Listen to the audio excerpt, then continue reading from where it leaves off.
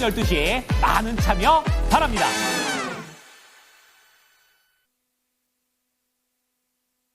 네, 이슈 딥다이브 함께 하겠습니다. 정태근 회사 임순재 대표 나와주셨어요. 네, 두 분 안녕하세요. 네, 반갑습니다. 네, 시장이 좀 왔다 갔다 해서 어떻게 중심을 잡아야 되지라는 고민들 하실 것 같습니다. 그쵸. 오늘 주제 저희 살펴보면서 얘기 조금 더 나눠볼게요. 첫 네. 번째 주제입니다. 네, 중국 규제를 두른 엔비디아 호실 일정 앞으로는 어떨까라는 부분에 의문표 달고 있습니다. 프리미엄 수요가 견고한 것 같더라고요. 그렇죠. 그리고 이제 중국의 수출을 못하게 통제를 했기 때문에 얼마나 영향을 받을까 했는데 크게는 아닌 것 같고 2분기가 조금 안 좋을 거라고 자체 전망 내놨어요. 네. 기존에 생각했던 것보다는 매출 조금 더 깎아먹을 것 같다. 네, 이렇게 얘기를 했고 또 의미심장한 게 중국 딥시크가 새로운 업데이트 버전을 딱 엔비디아 실적 발표하기 전에 먼저 딱 이렇게 공개를 해버렸습니다. 야, 존재감을 가성비. 가시하기 위해서인 것 그쵸. 같은데 지금 뭐 어닝콜에서도 굉장히 여러 가지 얘기들 나왔거든요. 어쨌든 시간 외에서는 엔비디아 상승입니다. 네, 어떻게 체크하실까요? 네, 뭐 엔비디아 실적이 뭐 상당 예상했던 만큼 이제 좋게 나왔죠. 뭐 매출이 440억, 주당 EPS가 0.96달러를 기록을 했습니다.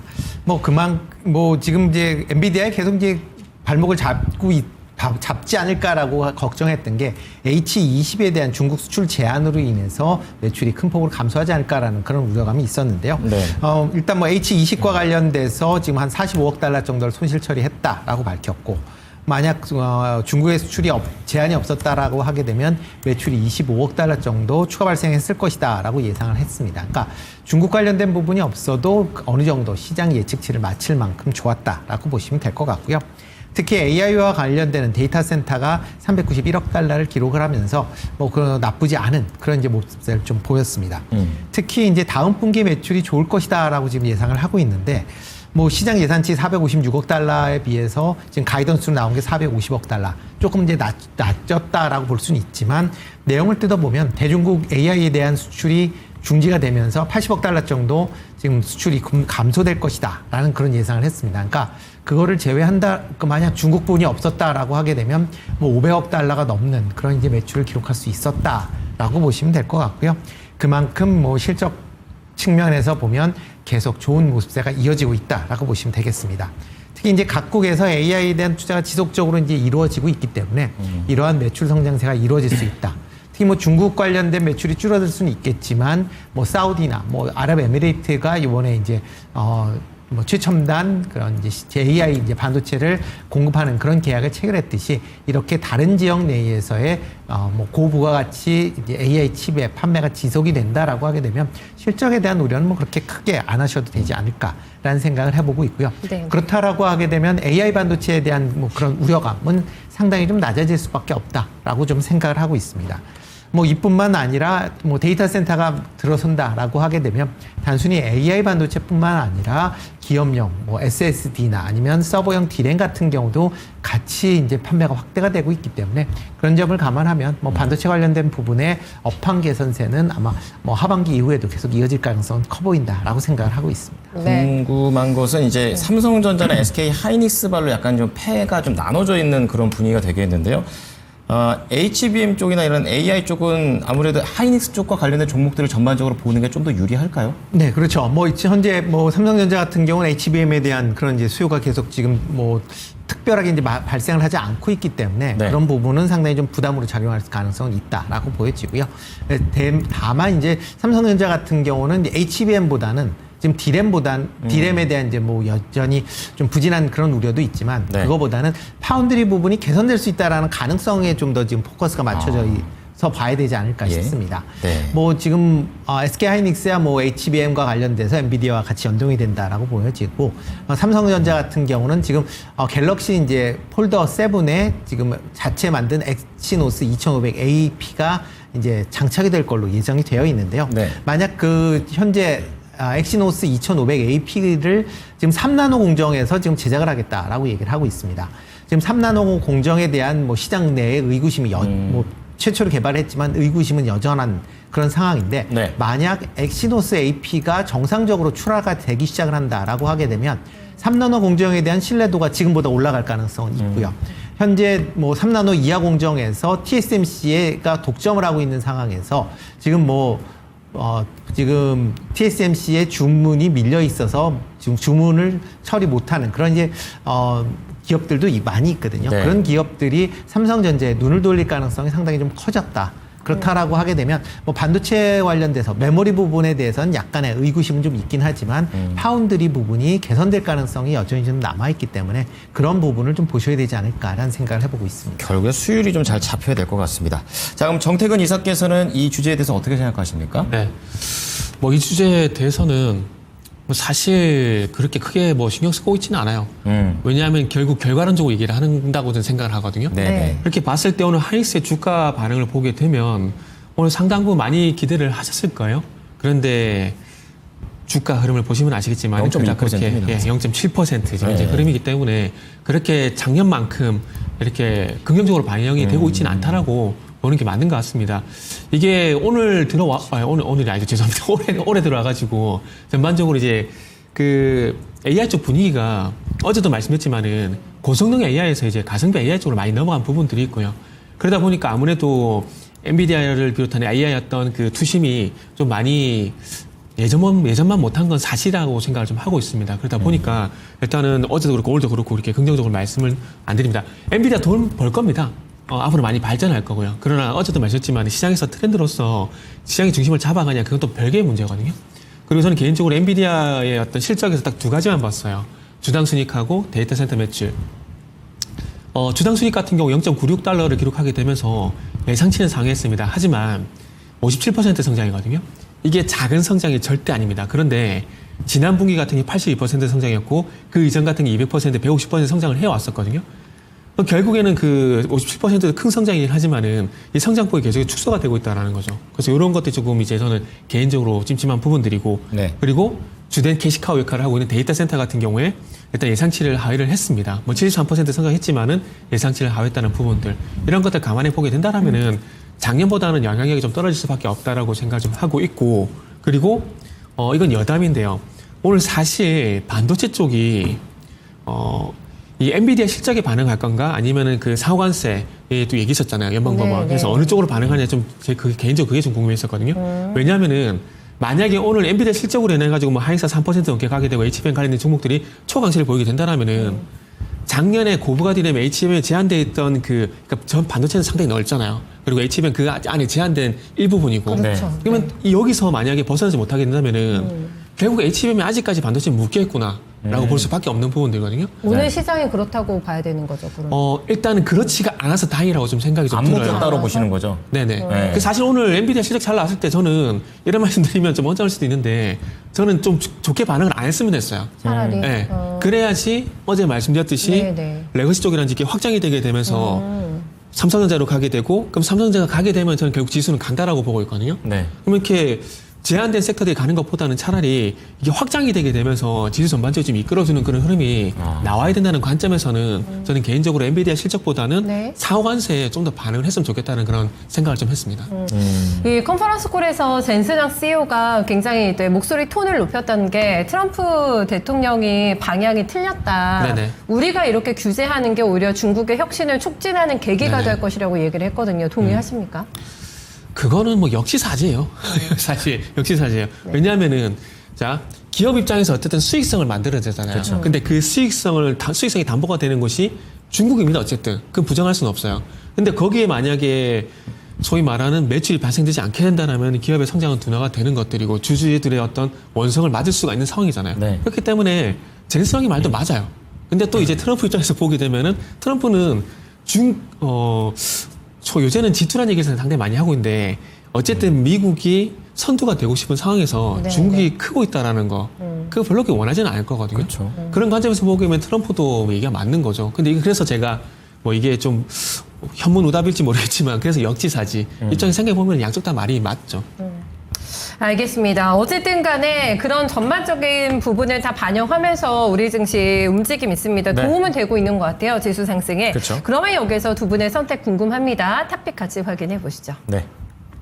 네, 먼저 임순재 대표께서 가지고 오신 종목은 이오 테크닉스입니다. 네, 정태근 이사께서는요, PIE가 되겠습니다. 네, 이오 테크닉스 글쎄요 반도체주는 범위가 앞서서 말씀하신 대로 범위가 굉장히 넓잖아요. 네, 이 안에서도 주목하시는 특별한 이유가 어떤 걸까요? 네, 뭐 이오테크닉스 같은 경우는 뭐 대표적인 이제 레이저 장비를 만드는 이제 그런 회사다라고 보시면 될 것 같고요. 특히 뭐 레이저 마킹, 레이저 커터 관련돼서 뭐 상당한 경쟁력을 갖고 있는 그런 상황입니다. 특히 레이저 마킹 장비 같은 경우는 뭐 국내외에 뭐 절대 뭐 강자다라고 보시면 될 것 같습니다. 특히 최근에 이제 반도체가 최첨단 공정으로 이제 확대가 될수록 레이저 장비에 대한 수요가 확대되고 있다라고 보시면 될 것 같고요. 특히 이제 최근에 이제 작년서부터 이제 매출이 발생하고 있는 펨토초 이제 레이저 관련된 기술이 아마 시장에서 좀 더 주목을 받을 가능성은 좀 있어 보인다라고 보시면 되겠습니다. 뭐 1000조 분의 1초, 그러니까 어쩌면 대단히 짧은 시간 동안 초정밀 가공이 가능하다라는 거고요. 이렇기 때문에 물질에 열 손상을 주지 않기 때문에 이런 초미세 공정의 뭐 핵심 장비로 자리 잡을 가능성은 상당히 높아 보입니다.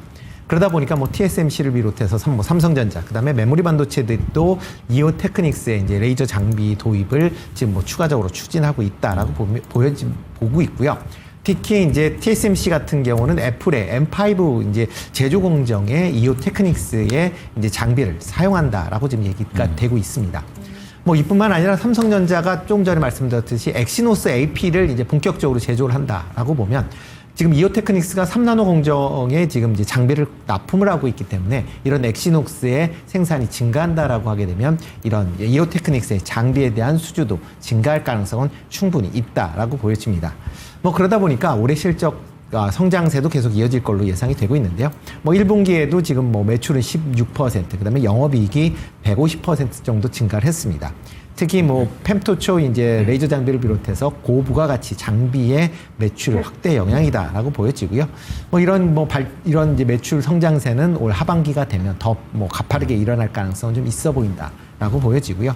뭐 최근 기관이 4거래일 연속 지금 한 11만 주 정도 매수를 하고 있고 연기금도 지금 2거래일 연속 매수하고 있다라는 점도 같이 좀 주목해 보시면 어떨까 싶습니다. 네, 그런데 이제 주가 위치를 보면 이런 실적에 대한 모멘텀을 좀 반영을 못 해준 것 같다라는 생각이 들어요. 네, 어느 정도까지 기대 좀 가능할까요? 네, 그렇죠. 뭐 이오 테크닉스 하게 되면 삼성의 HBM과 같이 지금 연동돼서 움직이는 경향들이 좀 많이 있기 때문에 그런 점을 감안하면 최근에 주가가 뭐 상대적으로 조금 못 올라간 측면 분명히 있습니다. 그렇지만 뭐 지금 주가가 뭐 삼성전자가 AP를 본격 생산한다라고 하게 되면 충분히 뭐 전고점인 17만 5천 원대까지는 올라갈 수 있지 않을까라는 생각을 해보고 있습니다. 네, 전고점을 뚫을 기세가 나오고 있다고 하니까 한번 주목해 보시죠. 자, 네. 장비로 말씀을 해주셨는데요. 정태근 이사께서는 어떤 PI이면은 이제 부품 소재 이쪽으로 가는 것 같습니다. 어떻습니까?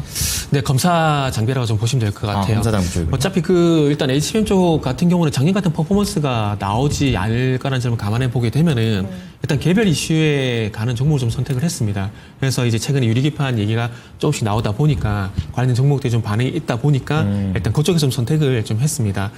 일단은 뭐 PI 유리기판 같은 경우는 잘 아시겠지만 일단 삼성전기가 어쨌든 뭐 파일 라인을 가동을 하게 되고 연내 뭐 생산한다는 얘기가 있는데 이 유리기판 공정 같은 경우는 가장 중요한 게 다들 잘 아시겠지만은 구멍을 뚫는 거하고 그 이후에 이제 자르는 공정이거든요. 그래서 이 두 공정에 들어간 장비를 만드는 곳이 일단 필옵틱스고 그리고 이런 장비들에서 제품이 생산되고 난 이후에 이 분량에 대한 어떤 판별 이런 것도 상당히 중요하거든요. 그러다 보니 이게 상당히 미세한 균열도 이게 분량으로 갈 수가 있기 때문에 그와 관련 검사 장비가 상당히 중요하다라고 생각을 하고 있습니다. 그러다 보니까 최근에 PIE 같은 경우에 유리판 어떤 관통 공정에서 사용되는 전수 검사 장비라든지 그리고 이 시뮬레이션 자르는 공정에서 균열 검사하는 장비를 현재 공급을 하고 있습니다. 그러다 보니까 필옵틱스, PIE 같은 경우는 아마 앞으로 유리기판 시세가 다시 오게 된다라면은 아마 상당히 큰 시세가 나오지 않을까 생각이 들고요. 거기다 플러스 최근에 삼성 SI하고 이제 현대차가 그 로봇에 들어가는 차세대 배터리 현재 개발을 하고 있거든요. 네. 근데 그 개발하는 그 과정에서 이제 PIE가 핵심 파트너로 선정이 되면서 AI 기반 검사 솔루션을 이제 공급을 하게 되어 있습니다. 그렇기 때문에 일단 그런 부분도 감안해 보게 된다라면은 앞으로 뭐 2차 그 배터리 쪽도 그렇고 유리판 쪽도 그렇고 모멘텀이 있기 때문에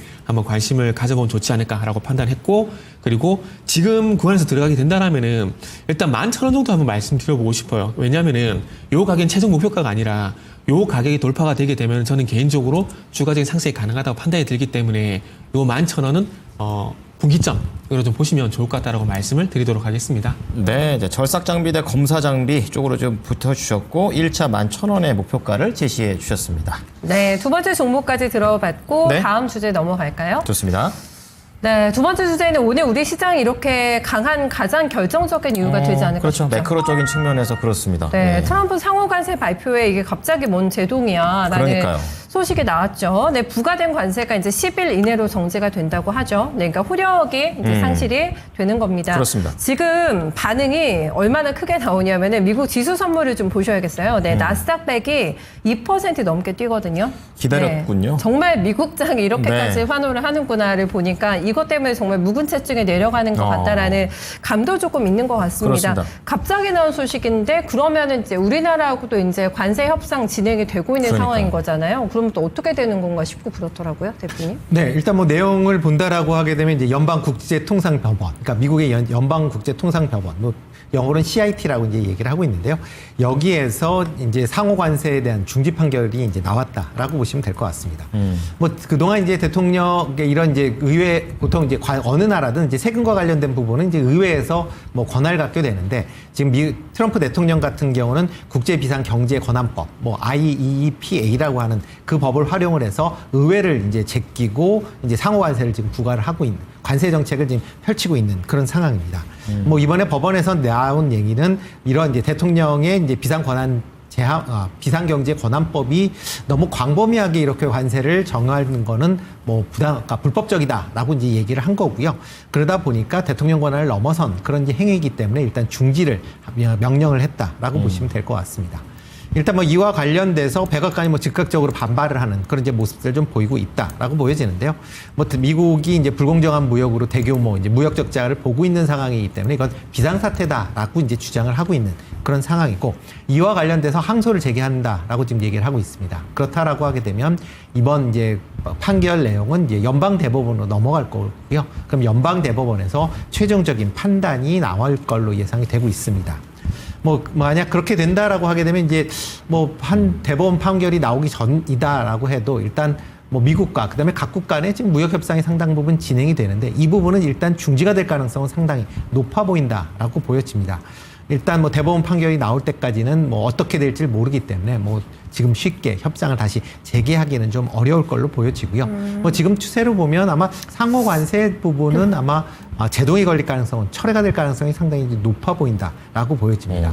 다만 이제 개별 관세나 그다음에 기본 관세 여부는 좀 더 지켜봐야 되지 않을까 싶습니다. 이번에 나온 게 상호 관세에 관련된 부분인 거고 이런 개별 관세나 기본 관세는 또 다른 또 이제 소송건들이 있기 때문에 어떻게 진행되는지 추가적으로 좀 확인해 보셔야 되지 않을까 싶습니다.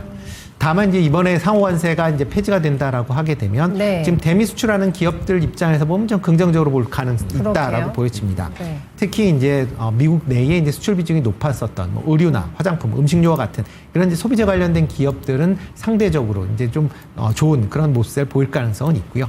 뭐 자동차 관련주들은 오늘 강한 그런 이제 모습을 보이고 있는데 기별 관세가 계속 유지가 된다라고 하게 되면 뭐 25% 관세가 불거지기 때문에 뭐 그런 점을 감안하면 아직까지는 자동차 관련주 오늘은 좀 강한 모습을 보이고 있지만 좀 더 지켜보셔야 될 측면도 있다라고 생각이 되고 있습니다. 네, 어찌 될지 아직 확실하지는 않기는 하지만 일단은 좀 그렇게 될 것 같긴 하다라는 분위기는 맞는 거죠. 네, 그렇죠. 일단 네, 뭐 네. 관세 부분은 상당 부분 좀 제한될 가능성은 좀 있고, 그러니까 기본 관세 부분을도 이제 과연 대통령이 이런 기본 관세를 할 수 있겠느냐라는 부분 또 다시 불거질 가능성은 좀 있어 보입니다. 네. 그러니까 개별 관세는 대통령 권한으로 부과될 가능성은 뭐 있다라고 있어요? 보여지는데 기본 관세는 이제 기본 세율을 올리는 거기 때문에 네. 그런 측면에서 보면 이 부분은 또 다시 논란거리가 될 가능성 좀 있어 보인다라고 네. 생각합니다.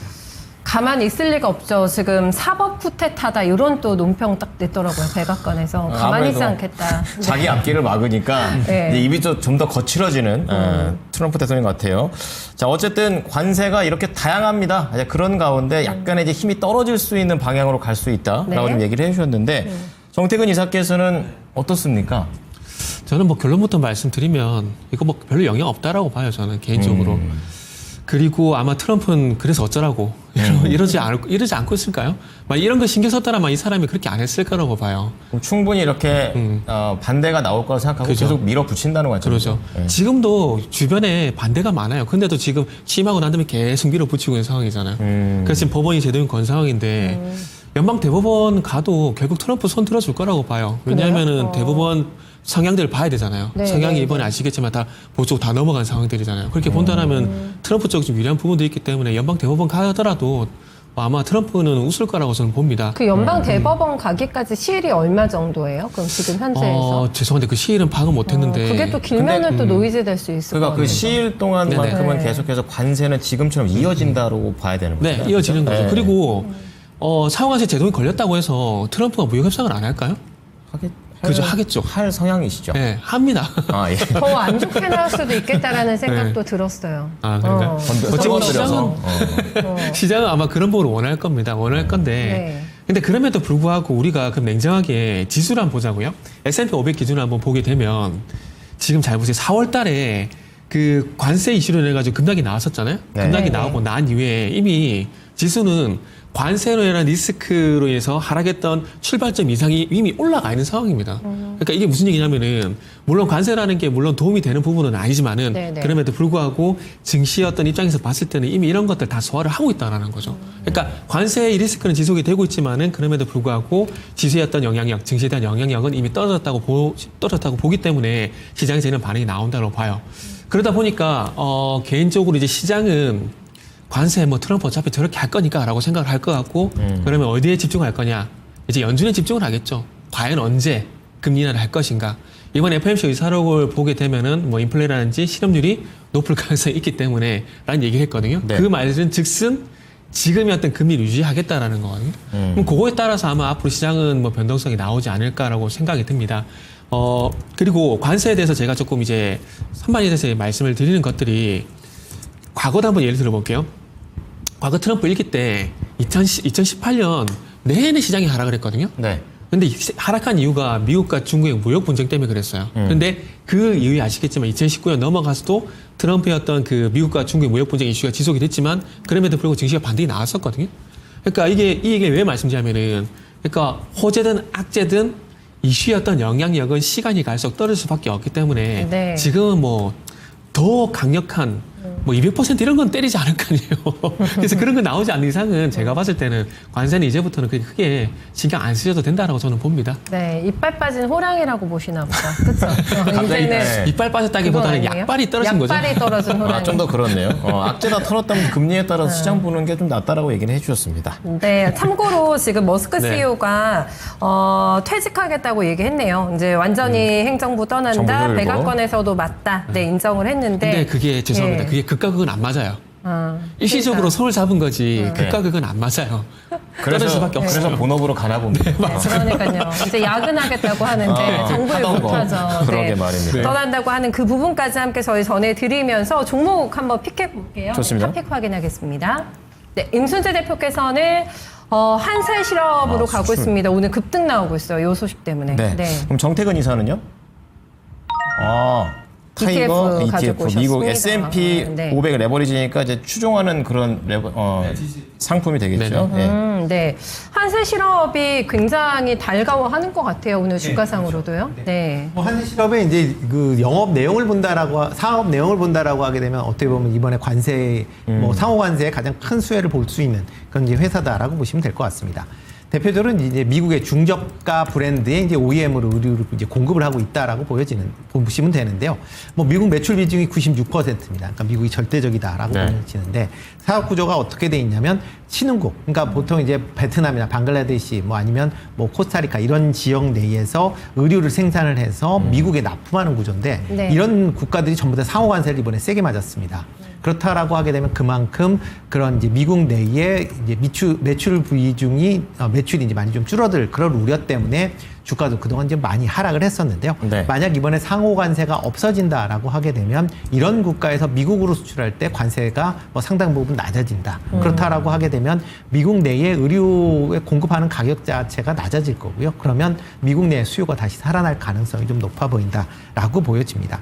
그렇다라고 하게 되면 뭐 그런 관점에서 보면 1분기에는 실적이 좀 부진했습니다. 매출은 좋았는데 영업이익이 전년 대비 한 46% 감소를 했거든요. 그러니까 네. 그만큼 감소했다라는 측면은 부담으로 작용을 했는데 만약 이런 관세 영향이 좀 제한적이다라고 하게 되면 다시 수출 물량이 증가하면서 영업이익 측면도 상당 부분 개선될 가능성은 있다라고 보여집니다. 특히 이와 덧붙여서 이제 지금 신흥국 시장 내에 이제 공장들의 일괄 지금 생산 라인들을 수직 계열화를 통해서 뭐 원가 정감을 하기 위한 그런 노력들이 계속 있는 그런 상황입니다. 그렇다라고 하게 되면 이익률 측면에서도 충분히 개선이 가능하다라고 보여지고요. 뭐 최근 한 달 단 외국인이 8만 5천 주 정도 지금 순매수하고 있다라는 것도 같이 좀 긍정적으로 좀 보셔도 되지 않을까 싶습니다. 네, 아직도 반토막이라서요. 목표가 잡아주세요. 네, 지금 뭐 가격으로 본다라고 하게 되면 뭐 오늘 좀 급등을 보이고는 있지만 지금 뭐 계속 주가가 하락을 한 거기 때문에 그런 부분을 감안하면 15,000원대까지는 충분히 올라갈 수 있다라고 좀 생각을 하고 있습니다. 네. 네. 자, 그럼 이번에 정태근 이사인데요. 타이거 미국 S&P 500 레버리지 지금 현재 2.4% 올라가고 있습니다. 어떻게 전략 짤까요? 네, 저 일단 목표가부터 먼저 말씀드릴 네. 건데 목표가는 일단 5만 원 이상 저는 보고 있습니다. 그리고 개인적으로 시장이 급락했을 때 이런 상품들은 꼭 봐놓고 저는 접근을 좀 했으면 좋겠어요. 지금 우리는 뭐 관세로 인해서 뭐 타격을 받는다는 얘기를 하고 있지만 그러거나 말거나 어쨌거나 저쨌거나 미국 증시는 미국 경제는 좋잖아요. 미국 네. 경제는 좋다 보니까 이런 관세 이슈가 있음에도 불구하고 그 충격에서 벗어나서 지금 화면 보시면 아시겠지만 계속 회복을 해 나가고 있는 상황이거든요. 네. 그렇기 때문에 우리는 철저하게 투자자 입장에서 보시라는 말씀을 좀 드려보고 싶어요. 그리고 이제 이 지수 레버리지 상품을 선택한 이유가 뭐냐면 저는 그 경험상 과거 코로나 때도 그랬잖아요. 이 바이러스에서 전 세계가 망할 것처럼 그렇게 했었지만은 결국 회복이 돼 나갔잖아요. 네. 그렇기 때문에 이런 것들이 저는 결국 기회가 된다라고 봅니다. 그리고 거기다가 이제 지수 ETF들 바로 되지만은 이렇게 레버리지를 보는 이유는 그러니까 확실한 거죠. 시장은 결국 회복될 수밖에 없다라는 그런 관점에서 보게 되는 거죠. 그리고 어쨌든 서두에 말씀했지만은 관세가 있건 없건 간에 미국 경제는 좋다라는 건 사실이고 네. 그러면서 미국 경제가 좋다라는 것을 감안해 보게 된다라면은 저는 뭐 추가적으로 아마 회복이 나을 거라 봅니다. 그래서 3월 달 이전에 있었던 그 엔화 이슈 때문에 증시가 좀 하락이 그때부터 있었잖아요. 이게 지금 이제 S&P 레버리지 기준으로 보게 되면은 이게 2월 19일인데 저는 2월 19일 49,250원도 저는 결국 회복시키고 더 갈 거라고 봅니다. 네. 그래서 혹시 지금 뭐 높다고 생각하실 분들 같은 경우 다음에 하셔도 상관없는데 꼭 종목이 아니더라도 조금 비중을 실어서 묵직하게 길게 가져갈 만한 어떤 그 방식이 없을까라고 하신다면은 지수 ETF도 한번 보셨으면 전 좋겠습니다. 네. 자, 5만 원 이상의 목표가를 제시해 주셨습니다. 오늘 두 분과 인사 나누겠습니다. 오늘 말씀 네, 감사합니다. 수고하셨습니다. 네, 이렇게 해서 이슈 딥다이브 살펴봤고요. 네. 시장이 흔들리지 않습니다. 아주 그러게요. 차근차근 오늘 탄탄대로로 나아가고 있는데 굉장히 그렇죠. 여러 섹터의 눈길을 조금 돌리게 되잖아요. 네. 오늘은 저희가 화장품주에 집중해서 거인의 시선에서 얘기를 들어볼 수 있다고 합니다. 네. 중국이 한참 국내 화장품이 잘 나가다 좀 삐그덕거렸잖아요. 그렇죠. 딴 쪽으로 팔로를 늘렸죠. 그렇죠. 네. 요즘에 다시 공장을 돌리고 프리미엄 라인을 중국 쪽으로 쏘고 있다고 합니다. 그렇습니다. 네, 이 부분과 관련해서 자세한 멘트와 함께 전략 남겨주신다고 하는데요. 네, 금산 전문가 거인의 시선에서 만나보겠습니다.